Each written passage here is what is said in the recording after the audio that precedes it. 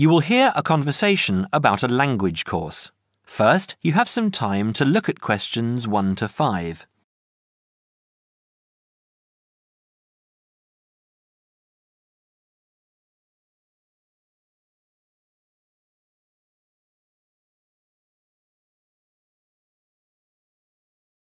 You will see that there is an example that has been done for you.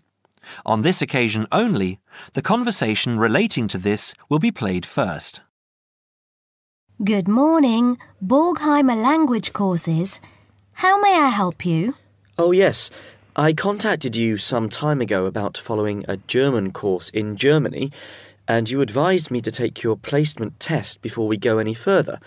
Well, I've done that now, so I'd like to go ahead with booking the course for this summer, if that's possible. Certainly, sir.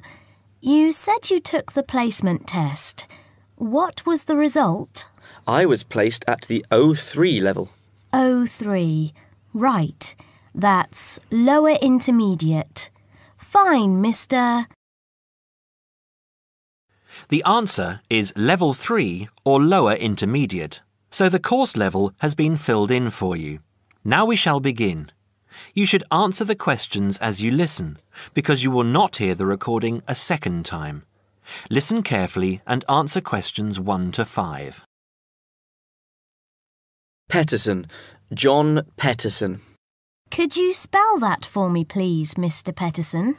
P-E-T-T-E-R-S-S-O-N. That's a double T and a double S. Am I right? That's right. Now, could I ask you where the course takes place? Well, we offer courses in Hamburg and Berlin. For your level, there's never a problem. There are always plenty of people for the intermediate classes. Oh dear. Does that mean that there might be a lot of students in my class?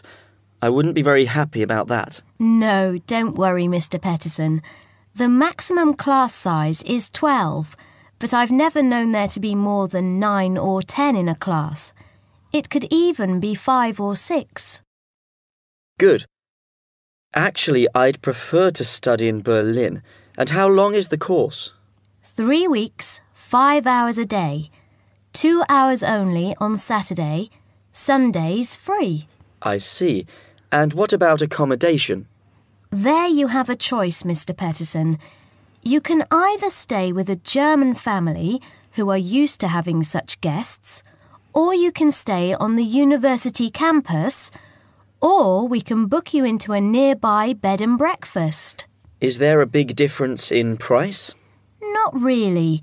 Staying with the family works out the cheapest, and the bed and breakfast is a bit more money. Staying on the university campus comes somewhere between the two price-wise, but Berlin is not too expensive anyway. Which do you recommend? Well, if you want to practice your German and be part of a German family, I would recommend staying with a family. Our families are all hand-picked, and we've never had any sort of complaint. Yes, I'll probably do that then. What are the dates of the course? The first summer course starts on the 1st of June in Hamburg and a week later in Berlin, which is what would concern you as you have chosen the Berlin course. That's the 8th of June. The next course would begin on the 2nd of July and then... The 2nd of July course would be perfect for me. Can you put me down for it now? Certainly, Mr. Petterson. Can I have your address, please? 26 Mayfield Drive, Orpington, Kent. I'm afraid I can't remember the postal code. Don't worry, Mr. Petterson. I'll check on it. Before you hear the rest of the conversation, you have some time to look at questions 6 to 10.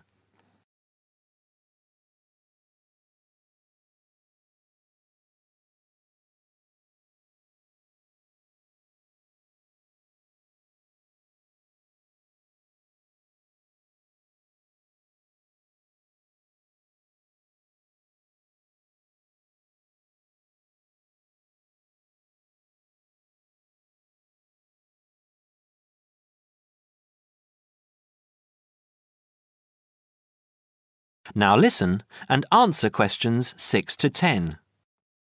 There are a couple of other things I'd like to ask. Certainly. What do I need to bring on the course? Well, apart from the obvious, you'll need our textbooks. I'll email you the name and publisher. You should be able to find it in your local bookstore. If you do have problems, call me or email me and I'll see what I can do. We provide the computers, computer disks, translation exercises and all that sort of thing, but you will need a good dictionary. We recommend Langenscheidt, which is more than adequate for your level. You don't have to go and spend a lot of money on an expensive dictionary. Not yet, anyway. Maybe you will when your German reaches a very high standard. That would be very nice. Now, finally, what about the cost of the course? And how do I pay? Would you like to pay that in pounds or in euros? Euros would be fine. In that case, it's 550 euros. You can pay by credit card if you like. Oh dear, I'm afraid I haven't got a credit card. How else can I pay? That's not a problem, Mr. Peterson.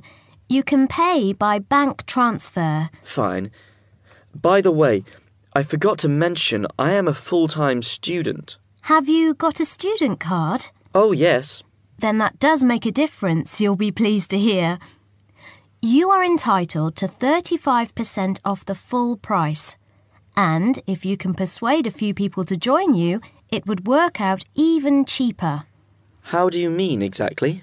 Well, for every 5 people you find, 1 goes free.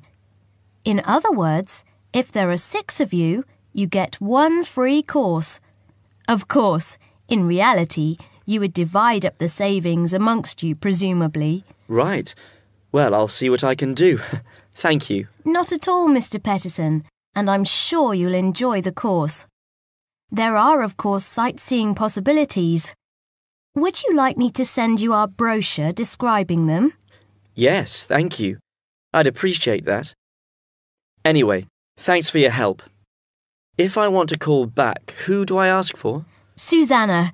I'm here most of the time.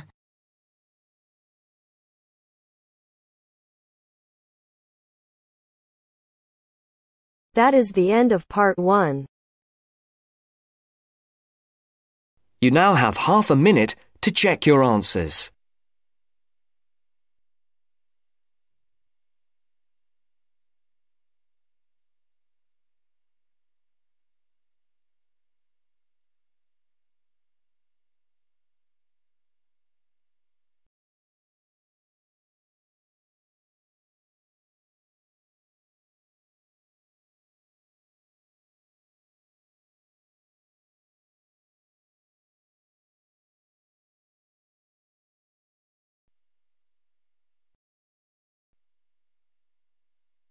Now turns to part 2.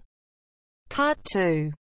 You will hear a salesman giving information to house owners about an alarm system. First, you have some time to look at questions 11 to 16.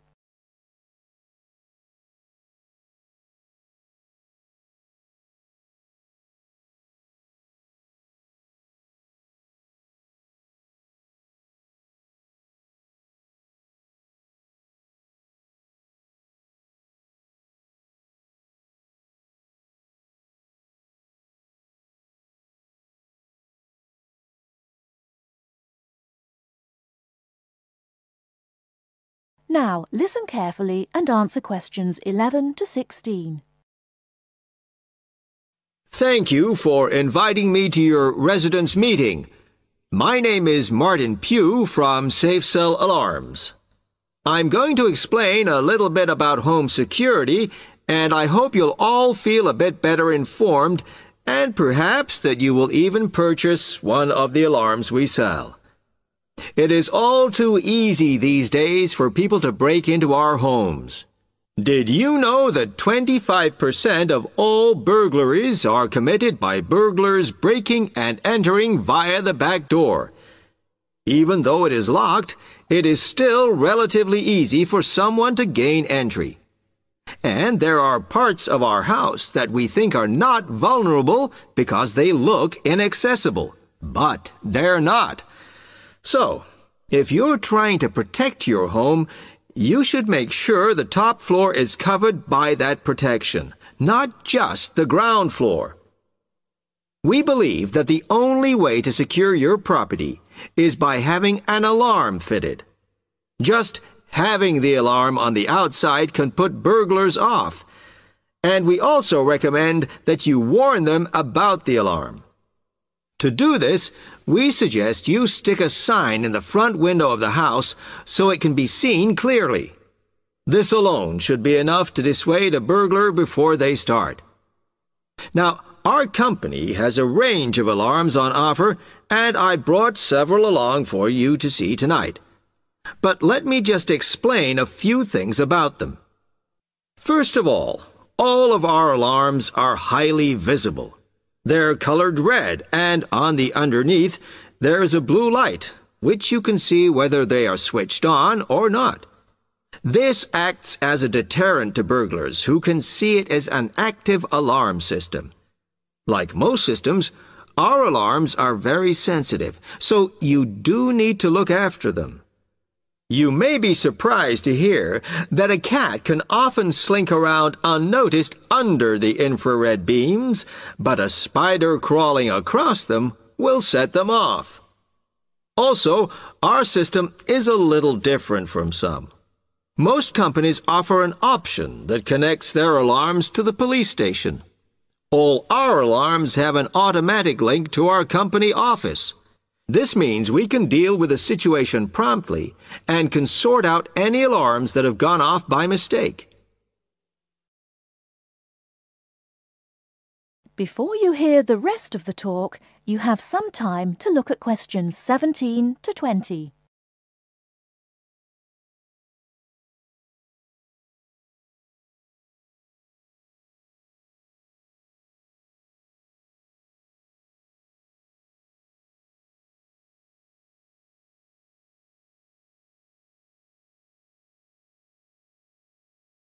Now listen and answer questions 17 to 20.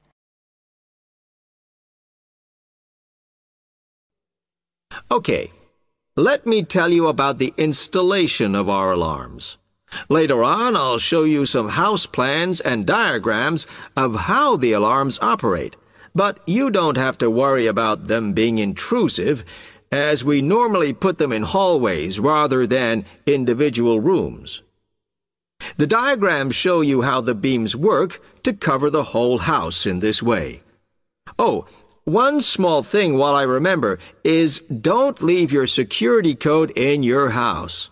A lot of people keep it in the kitchen or their study, but we suggest you leave it with a neighbor so that if there is a break-in, the burglars can switch the system off. Now, regarding the practical aspects of installation, I know that many of you are out all day, and I'm afraid we don't install the alarms at weekends. But we do offer a service where we can fit the alarm system in the evenings for you. But we do charge a little bit extra for that. Finally, we do offer a range of systems, so I suggest you look at the leaflets on our prices. And please don't be put off from investing in a more sophisticated system to protect your home, as we do allow you to set up a monthly payment if it's too much in one go. Okay, now if you'd like to come forward.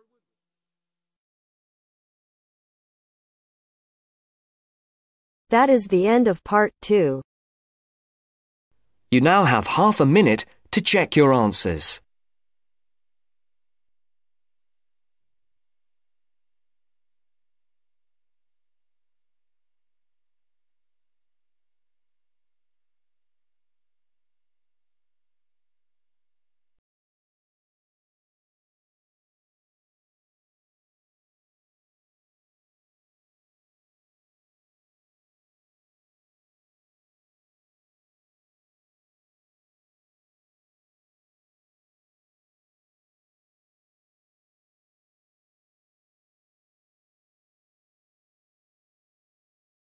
Now turns to Part 3.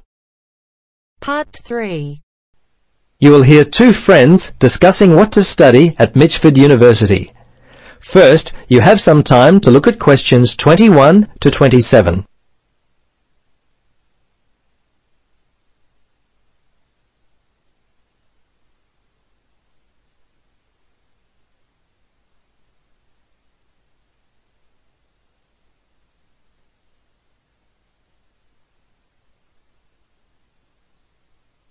Now listen carefully and answer questions 21 to 27.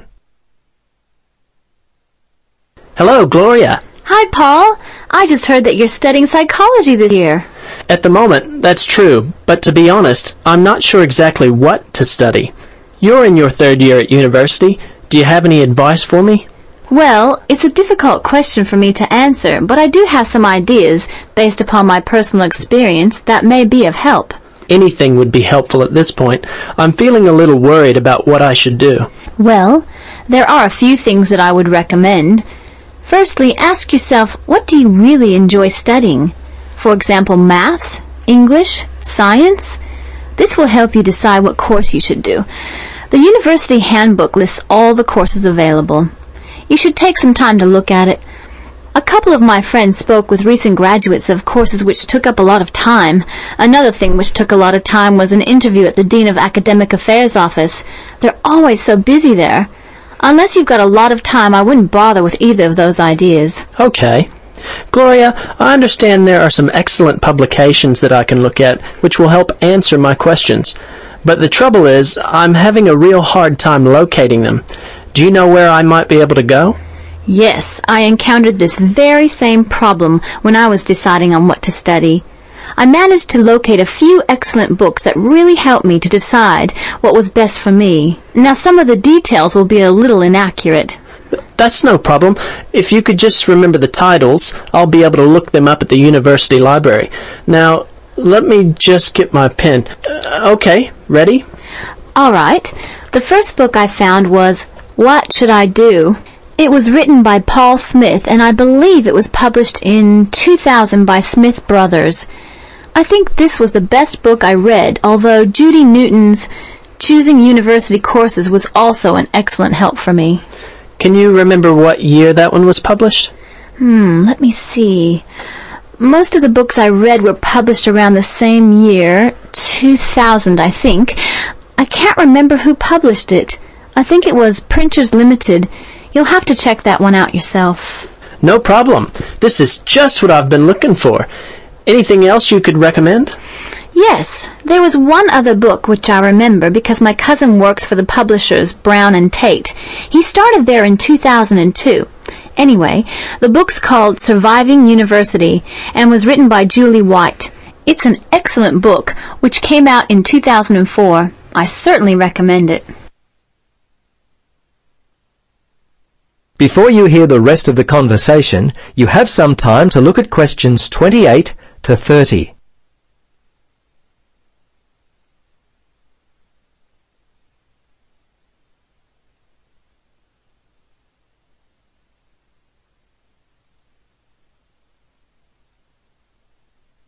Now listen and answer questions 28 to 30.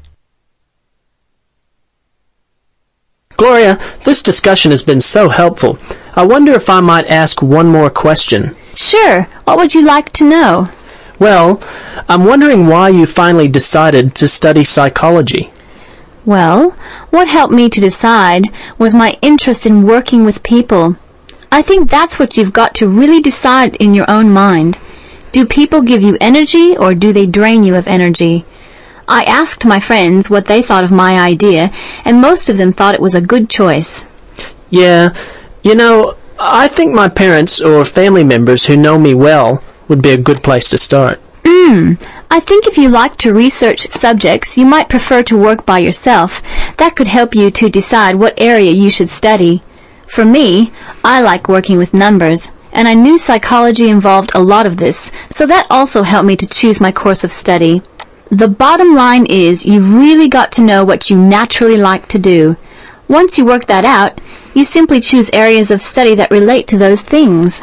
Well, Gloria, I can't thank you enough for your time. Would you be interested in joining me for a coffee?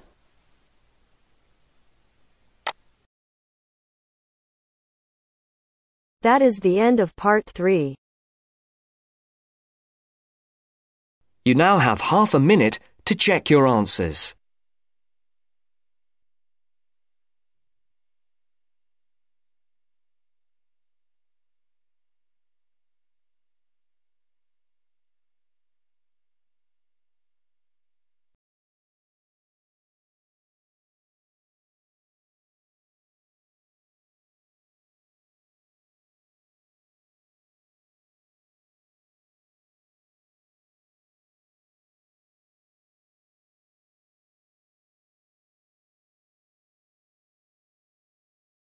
Now turns to part 4.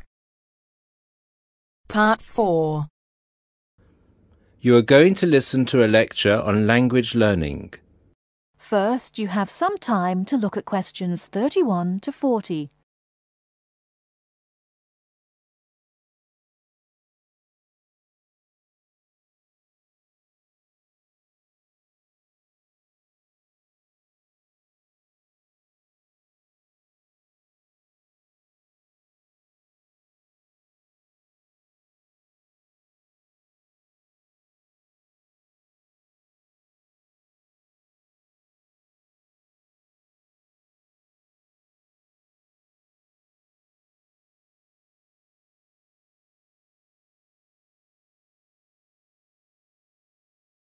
Now listen carefully and answer questions 31 to 40. This is the first in our series of lectures on language learning. The topic I'd like to deal with today is what makes a successful language learner? There's been a lot of research into what makes some people learn a language faster than others. In this lecture, I'll summarize the main findings of the research into the subject. There are many factors that influence how quickly one learns a foreign language, of which exposure to the target language seems to be one of the most important factors to consider. It's this factor which determines the speed of learning a language, especially among those people who learn a foreign language outside the classroom. There are more people who did not learn a second language or a third language in the classroom, and I think that understanding how learners successfully learn languages without the help of a teacher can provide us with the key to how to become a successful language learner. Let's look then at the characteristics of a successful language learner. Motivation seems to be one of the key factors. Research into motivation has identified two main types: instrumental motivation and integrative motivation. Instrumental motivation is the kind of motivation that encourages people to learn a language for practical reasons, such as getting a job or passing an examination. Learners with this kind of motivation intend to use the target language as a tool or instrument to help them achieve a goal. Integrative motivation is what encourages learners to learn a language in order to communicate and socialize with others who speak the language. The primary aim for learners with integrative motivation is to use the language to integrate and identify with the community that uses the language. Immigrants, or people who are married to speakers of another language, are motivated in this way. Although most people have mixed motivation, research into language learning and acquisition suggests that integrative motivation produces much better results and is an important characteristic of successful language learners. Personality is another important factor in language learning. One does not need to be an extrovert to learn a foreign language, but willingness to experiment and take risks is essential. Introverted or anxious learners who are afraid of making mistakes find it harder to learn a language. Good language learners will try to experiment with different ways of learning vocabulary or grammar until they find the way that suits them best. Language is a complex system.